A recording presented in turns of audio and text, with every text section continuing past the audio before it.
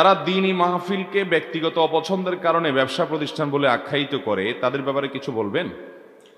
দ্বীনি মাহফিলকে ব্যক্তিগত অপছন্দের কারণে ব্যবসা প্রতিষ্ঠান বলে মানে হলো, হতে পারে যারা মাহফিলের আয়োজক এদের সাথে কোনো কারণে আমার একটু ঠেলাঠেলি আছে, হতে পারে।